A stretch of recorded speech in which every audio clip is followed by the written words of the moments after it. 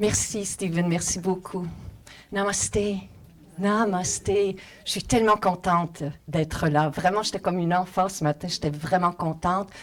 Et je tiens à remercier Wanderlust de cette invitation qui est renouvelée à chaque année. Parfois, j'enseigne le yoga, parfois, j'enseigne le Qigong yoga, parfois, j'enseigne la méditation, parfois, je suis ici pour le Speakeasy.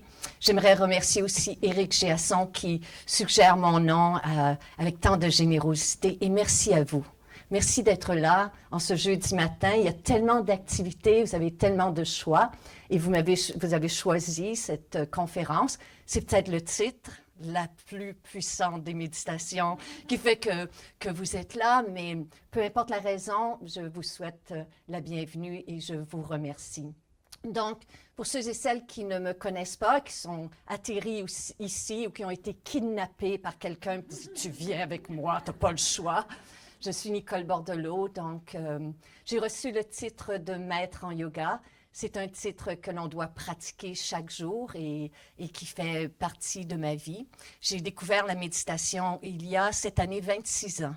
Donc, c'est quelque chose qui est probablement le plus beau cadeau que j'ai reçu dans cette existence et qui est au centre de mon quotidien et de ma vie. Et c'est la première fois que je vais faire cette conférence, qui est la plus puissante des méditations. Ça fait très longtemps que je veux vous en parler parce que quand j'ai commencé à méditer, moi, je suis arrivée à la méditation, véritablement, je n'ai pas été appelée. Je n'ai pas reçu un appel de l'intérieur. Je n'étais pas quelqu'un de profondément calme, contemplative. Je suis arrivée à la méditation comme on arrive sur un quai en pleine tempête. J'étais profondément angoissée. Je venais d'être diagnostiquée avec une maladie chronique qu'on disait mortelle, pour laquelle il n'y avait aucun médicament. Et la seule prescription que le médecin m'a donnée à cette époque-là, il m'a dit « Vous devez apprendre à gérer votre stress. » Et quand je l'ai regardé, lui, je me suis dit ça ne viendra pas de lui, les instructions pour gérer le stress. Alors, il va falloir que je me débrouille seule. J'avais déjà pratiqué un peu de yoga, un peu de méditation. Et pendant les 10 prochaines années, parce qu'on a juste 20 minutes, alors je vais vraiment sauter beaucoup d'étapes, mais je vais vous tenter de vous transmettre le cœur de ce que j'ai appris en 26 ans, en 20 minutes. Donc, aidez-moi. Donc, les 10 premières années que j'ai pratiqué la méditation, j'ai commencé comme la plupart d'entre vous, peut-être, j'ai beaucoup magasiné. J'ai essayé de nombreuses techniques. Moi, j'ai commencé avec la méditation transcendantale, ensuite la méditation bouddhiste, la méditation tibétaine, la méditation zen, la méditation de la pleine conscience, la méditation védantique. Bref, j'ai essayé plusieurs méthodes. Et ce que je cherchais quelque chose qui puisse m'accompagner, pas seulement 20 minutes sur le coussin, pas seulement 30 minutes assis sur mon banc de méditation, pas seulement 1 heure si j'arrivais à faire 1 heure, ce que je n'arrivais pas à faire, pas du tout, j'étais très loin de ça. Mais je me disais, mon Dieu, c'est merveilleux si j'arrive à méditer 1 heure, mais il m'en reste 23. Qu'est-ce que je vais faire des 23 autres heures? Et je remarquais des gens qui méditaient autour de moi, qui disaient, moi, je médite depuis 10 ans, je médite depuis 15 ans.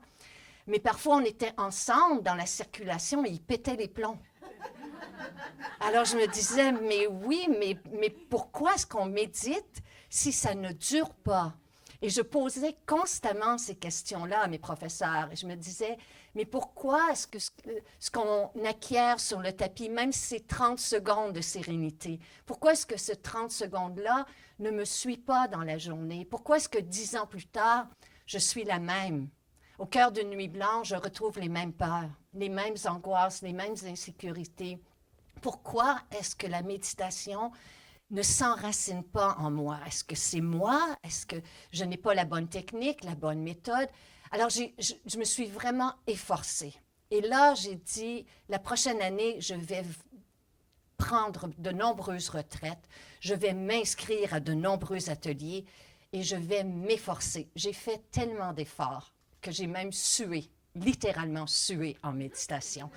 J'ai tenté de concentrer mon esprit, j'ai tenté d'adopter un mantra, j'ai tenté de méditer avec la méthode Vipassana et d'ouvrir. Et tout ce que j'ai découvert, c'est que ces techniques et ces méthodes-là sont toutes merveilleuses. elles adressent chacune une partie de notre cerveau.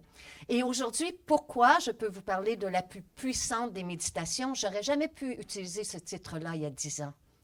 Mais aujourd'hui, grâce aux neurosciences, grâce aux recherches, aux études scientifiques, les neurobiologistes, les neuroscientifiques, ceux qui étudient les sciences qu'on appelle neurocontemplatives, sont capables maintenant de cibler quelle partie de notre cerveau est activée lorsque, par exemple, nous pratiquons la méthode qu'on appelle shamatha. Shamatha, qui est dans toutes les formes de méditation, où nous concentrons notre esprit, nous prêtons volontairement attention soit à notre souffle, soit à un son, soit à une sensation, soit à une voix qui nous guide de l'extérieur. Que ce soit une méthode qu'on appelle Vipassana, qui est une méthode comme celle de la pleine conscience, où on ouvre en pleine présence sur le moment présent, sur ce qui est, chacune de ces méditations-là active une partie de notre cerveau. Mais si ça active une partie de notre cerveau, il y a d'autres régions qui ne sont pas activées. Et c'est là où la science, lorsqu'elle se joint à la méditation, aux études contemplatives qu'ont fait le Dalai Lama et tous les organismes comme Mind and Life et tous ceux et celles qui méditent comme Mathieu Ricard depuis 40 ans, qui ont accumulé 10 000 heures en méditation, tous ces gens-là sont venus à la même conclusion avec les scientifiques que pour qu'une méditation puisse véritablement être efficace, et efficace veut dire pas juste 20 minutes sur le tapis, pas juste 20 minutes sur mon coussin, mais qu'elle puisse véritablement transformer qui je suis, transformer ma vision des autres, ma vision de moi-même, ma vision du monde. Il y a une partie de mon cerveau, une partie très spécifique qui doit s'activer. Et la seule et unique façon dont cette partie-là s'active, c'est que peu importe la forme de méditation que vous adoptez, parce que je ne suis pas ici pour changer votre forme de méditation, tout ce que je peux vous dire aujourd'hui, c'est grâce à ces recherches-là, si vous ajoutez la prochaine composante, vous allez prendre votre méditation, votre pratique d'aujourd'hui et l'amener dans les 23 autres heures de votre vie. Vous allez véritablement sentir qu'elle vous accompagne au cœur d'une nuit blanche, quand vous avez peur, quand votre corps a mal, quand vous êtes angoissé. Et c'est important pour moi de vous mentionner que ce n'est pas une baguette magique. Qu'en sortant d'ici, vous n'allez pas l'éviter et que vous allez arriver chez vous et les gens vont dire « Hi, t'as donc bien changé. » Non, rien de ça. Parce que c'est une pratique qui doit se faire continuellement.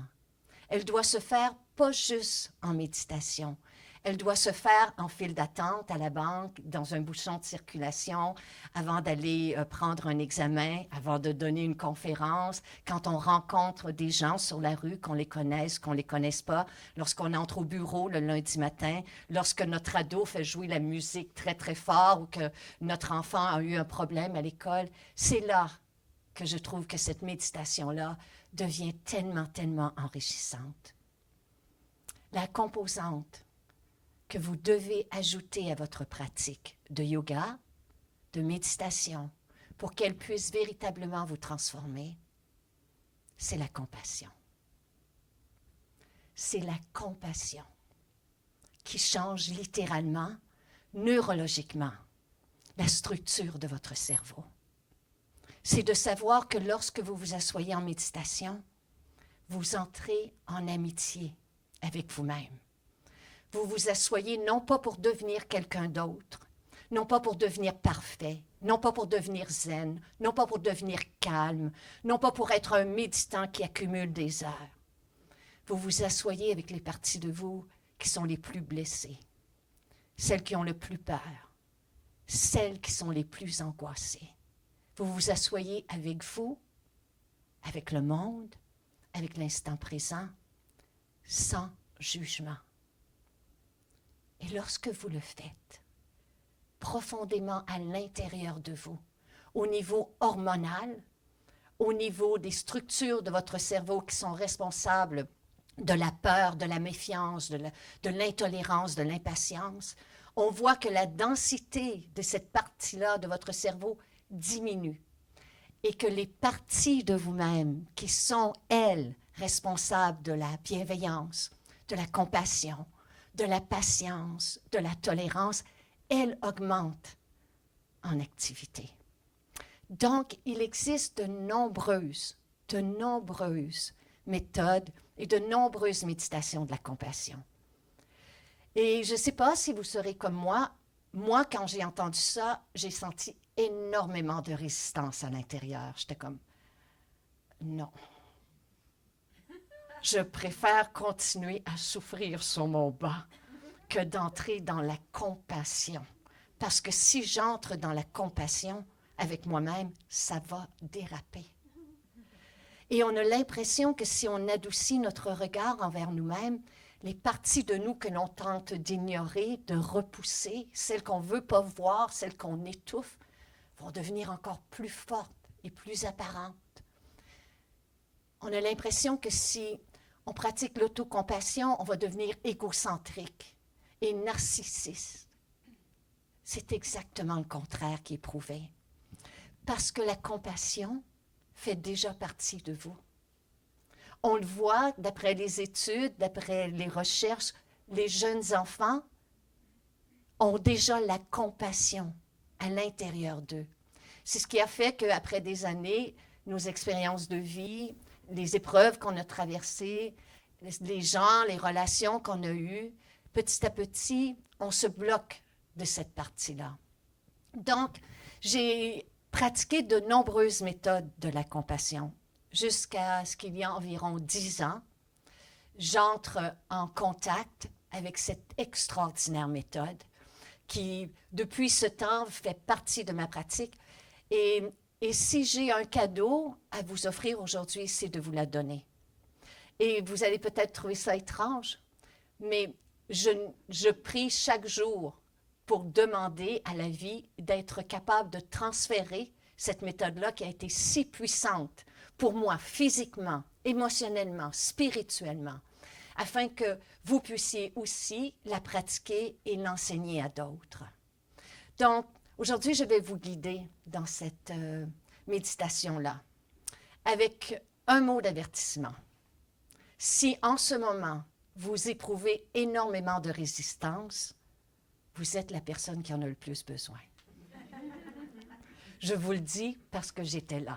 Si vous dites, oh non, pas ça. Ah oui, ça. Ah oui, cela. Donc, donnez-vous une chance. Alors, c'est une méditation. Je vais la faire courte, elle pourrait être beaucoup plus longue, mais ça va vous donner.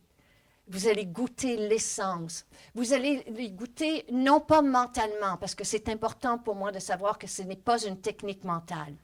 C'est véritablement tout votre être qui va être appelé à être en pleine présence. Donc, si vous voulez bien, vous allez vous asseoir confortablement. Donc, vous déposez vos 2 pieds à la terre. Moi, je vais m'asseoir aussi parce que ça va être plus facile pour moi d'entrer en méditation. Alors, si vous êtes confortable de conserver le dos droit et de poser vos mains à plat sur vos cuisses, puis, si c'est préférable pour vous de garder les yeux mi-ouverts, vous pouvez le faire en déposant votre regard sur un point qui ne bouge pas devant. Mais pour cette méditation, je vous encourage à pratiquer les yeux fermés. Parce que nous allons faire appel à des zones de votre cerveau qui fonctionnent plus rapidement et plus efficacement lorsque nos sens sont en retrait. Commencez simplement par sentir le sol sous vos pieds, juste la stabilité, la solidité du sol, le sol qui vous porte.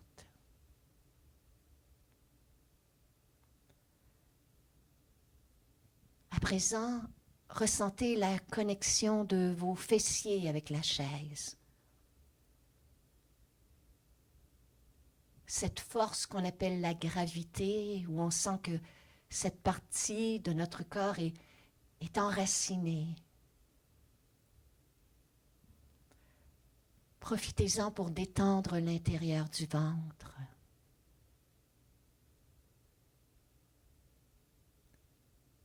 Détendre vos mains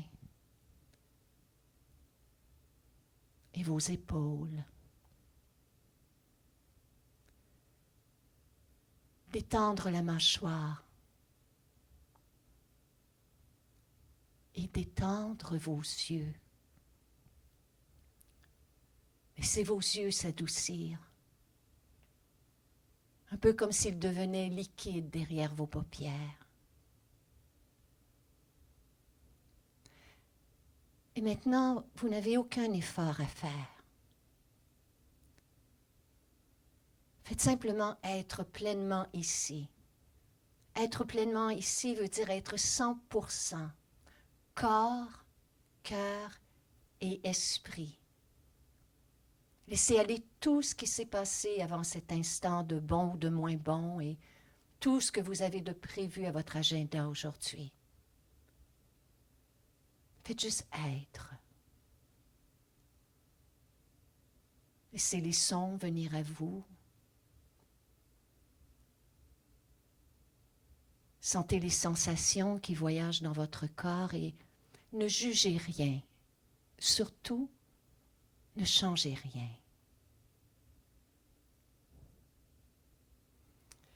S'il est possible de soulever juste un peu les coins externes de la bouche, comme ce qu'on appelle le demi-sourire du Bouddha, cela relance dans notre corps ce qu'on appelle une hormone qui s'appelle l'endomorphine et qui déjà indique à notre corps qu'il est en sécurité, que le moment présent est un moment parfait.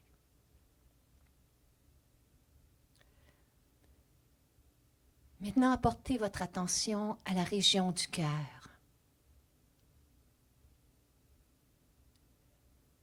Et simplement gardez dans votre pleine conscience votre souffle et votre cœur.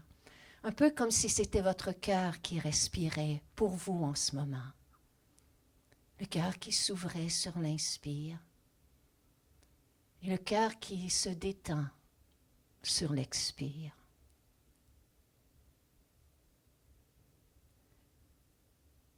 Juste là, quelques secondes. Le cœur qui s'ouvre et le cœur qui se détend, qui laisse aller toute résistance et toute tension.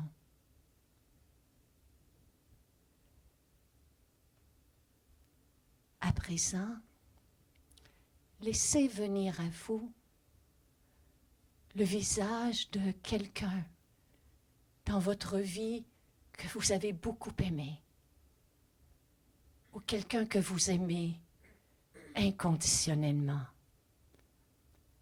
Cette personne peut faire toujours partie de votre vie. Elle peut être vivante ou même avoir quitté son corps. Être décédée pour cet exercice, ça n'a pas d'importance. L'important, c'est de ramener à l'intérieur de vous cette sensation d'avoir tellement aimé quelqu'un, de l'avoir aimé de tout notre être, de sentir cette chaleur dans notre corps, cette vibration dans notre cœur, cet élan dans notre souffle. Chacun et chacune d'entre nous ici, peu importe notre âge, on a le souvenir d'avoir aimé. Ça peut être une personne, ça peut être un animal de compagnie, ça n'a absolument aucune importance. Mais sentir le cœur, la force qui vient quand on sent à quel point on est capable d'aimer. Laissez venir le visage de cette personne à vous. Puis cette personne peut vous avoir aimé autant ou pas. Encore une fois, ce n'est pas ça qui est important ici. Ce qui est important, c'est de ramener physiquement, émotionnellement, spirituellement cette énergie, cette vitalité, cette force intérieure. Si vous pouvez voir les yeux de cette personne et avoir son visage très près de vous, c'est encore mieux. Et de vous rappeler pourquoi vous avez aimé tant cette personne ou que vous l'aimez autant. C'est peut-être parce qu'elle vous comprend ou qu'elle vous a fait sentir important, que vous vous sentez vu et entendu lorsque vous étiez ou vous êtes en sa présence, que vous vous sentez en sécurité. Peut-être cette personne vous fait rire ou elle vous apporte une légèreté. Il y a mille et une raisons pour lesquelles on aime. Elles sont toutes valables, elles sont toutes bonnes. Rapprochez le visage.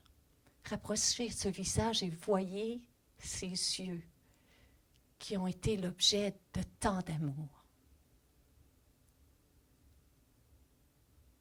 Et maintenant, en restant connecté à votre souffle et à votre cœur, voyez petit à petit les traits de la personne que vous avez aimée ou que vous aimez tant se changer et se métamorphoser très, très, très lentement. Et son visage se déplace à votre visage. Votre visage, vous, aujourd'hui, en ce moment. Voyez si vous êtes capable de conserver votre visage, votre image, tel que vous êtes en ce moment, ici, avec moi.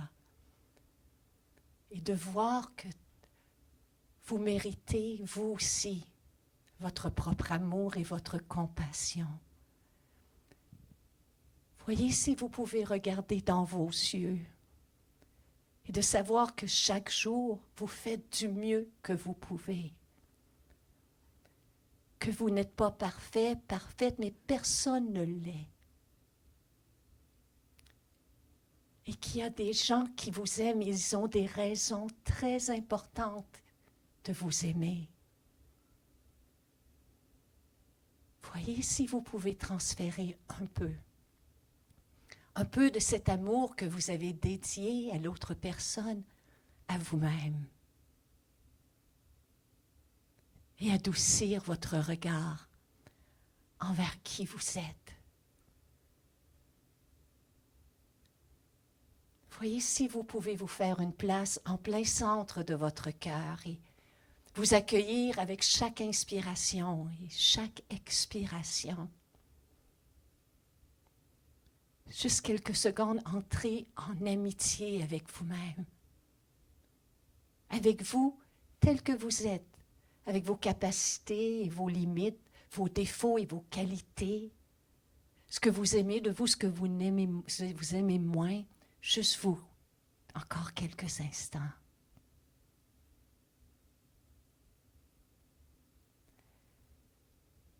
Maintenant, revenez au niveau du cœur et laissez venir à vous le visage de quelqu'un que vous connaissez qui traverse présentement des moments difficiles. Quelqu'un qui est au cœur d'une épreuve ou qui traverse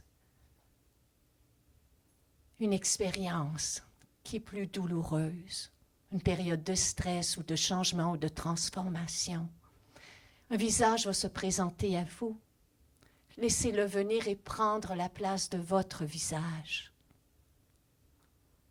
Et sentez votre cœur qui s'ouvre, empli de compassion pour ce que vit cette personne.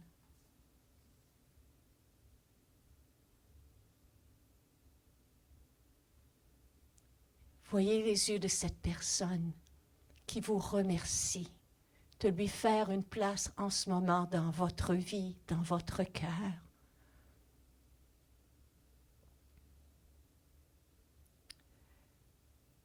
Et maintenant, ouvrez le cœur plus grand. Laissez le souffle s'approfondir. Et ramenez le visage de la personne que vous avez tant aimée ou que vous aimez autant. Laissez-la revenir. Laissez-la prendre place, être au premier plan.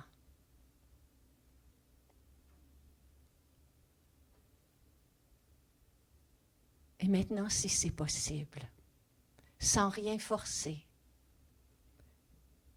voyez petit à petit son visage changer pour le visage de quelqu'un avec qui les relations sont difficiles en ce moment. Peut-être quelqu'un qui vous a blessé ou vous a fait du mal, consciemment ou inconsciemment,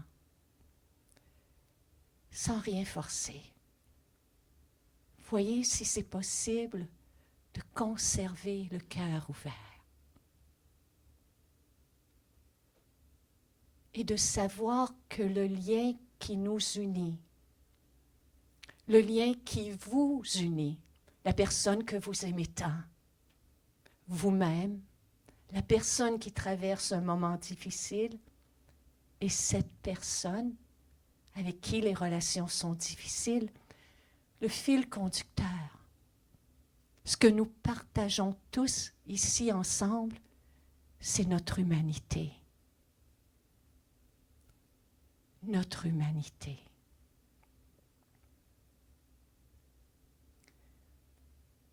Maintenant, posez une main sur le cœur et l'autre par-dessus. Laissez aller tous ces visages. Laissez-les se dissoudre dans la compassion. Et faites simplement ressentir les sensations à l'intérieur de votre corps.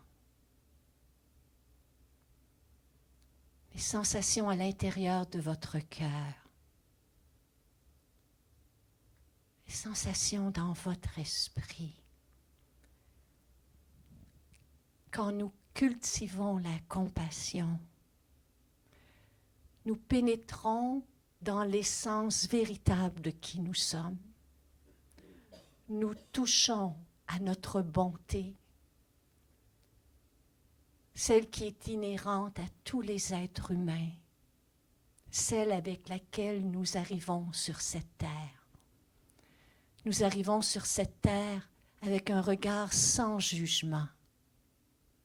Nous arrivons sur cette terre le cœur grand ouvert. Nous arrivons sur cette terre remplie d'amour.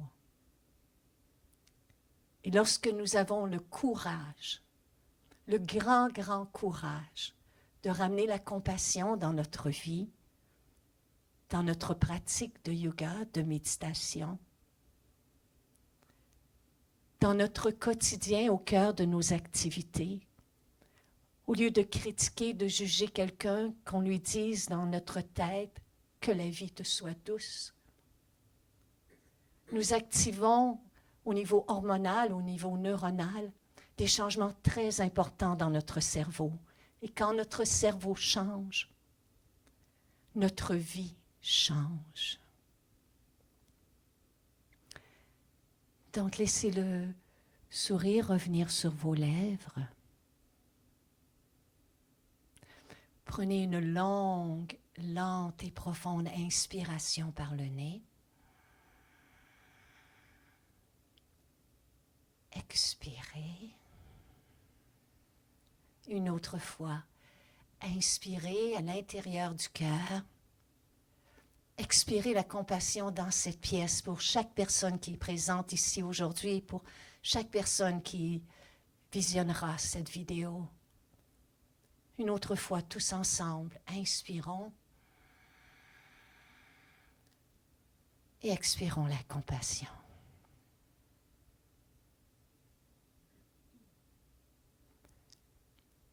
Très lentement, ouvrez les yeux.